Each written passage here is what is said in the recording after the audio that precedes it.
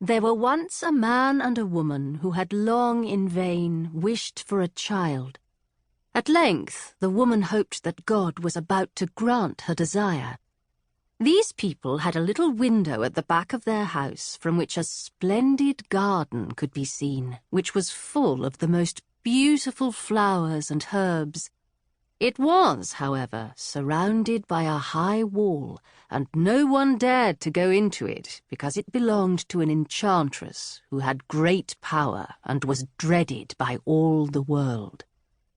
One day the woman was standing by this window and looking down into the garden when she saw a bed which was planted with the most beautiful rampion, Rapunzel, and it looked so fresh and green that she longed for it and had the greatest desire to eat some.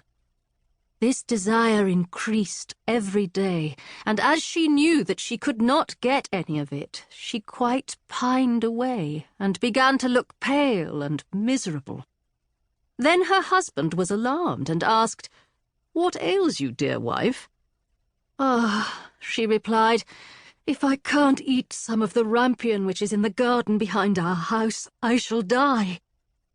The man, who loved her, thought, "Sooner than let your wife die, bring her some of the rampion yourself, let it cost what it will."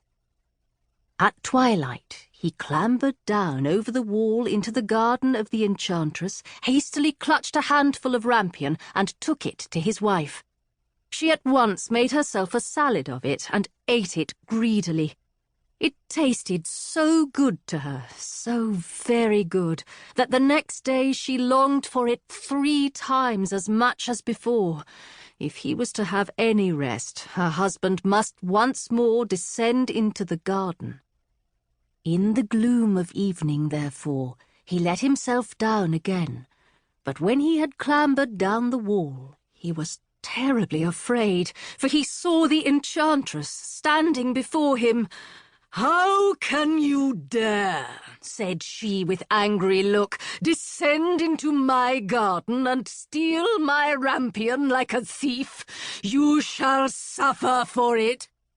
"Ah," answered he, "let mercy take the place of justice. I only made up my mind to do it out of necessity. My wife saw your rampion from the window and felt such a longing for it that she would have died if she had not got some to eat." Then the enchantress allowed her anger to be softened, and said to him, "If the case be as you say, I will allow you to take away with you as much rampion as you will. Only I make one condition.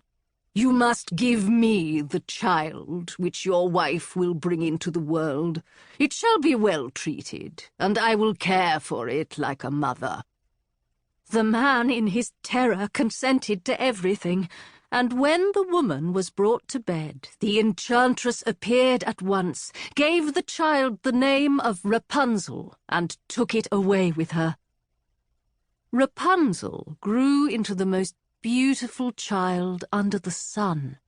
When she was 12 years old, the enchantress shut her into a tower which lay in a forest and had neither stairs nor door, but quite at the top was a little window. When the enchantress wanted to go in, she placed herself beneath it and cried, "Rapunzel, Rapunzel, let down your hair to me." Rapunzel had magnificent long hair, fine as spun gold, and when she heard the voice of the enchantress, she unfastened her braided tresses, wound them round one of the hooks of the window above, and then the hair fell 20 ells down, and the enchantress climbed up by it.